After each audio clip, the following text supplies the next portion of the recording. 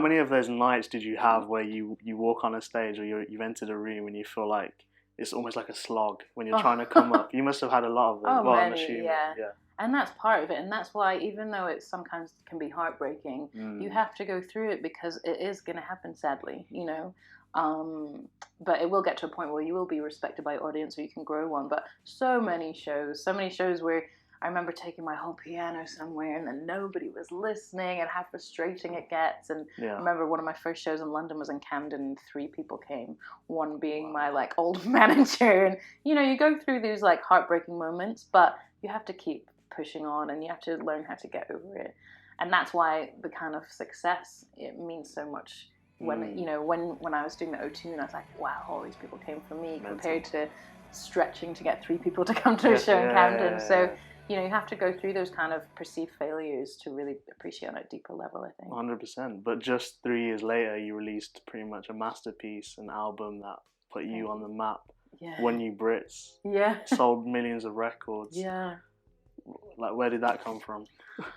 It was a crazy journey, and again, it was just about that natural chemistry I had with Naughty Boy, especially on that first album, because it was, you know, he believed in me, and I believed in him as well, and we kind of came up at the same time, and we were just really trying to make music that we loved.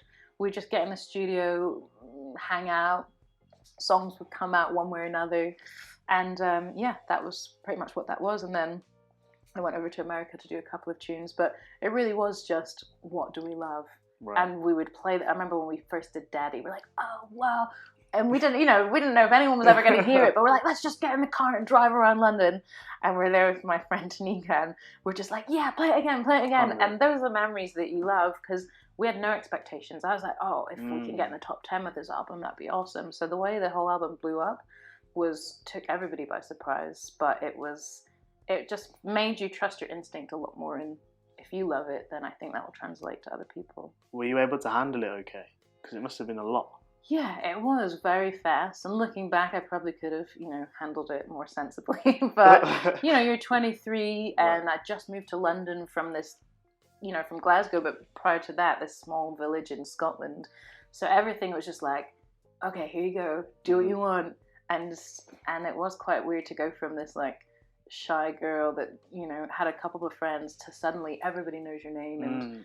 And also, like, I, you know, with the quiff and everything, I looked very different to how I naturally do.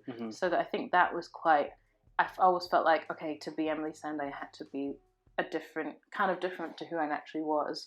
Whereas now I feel that I can just be myself and hopefully people will still enjoy the music.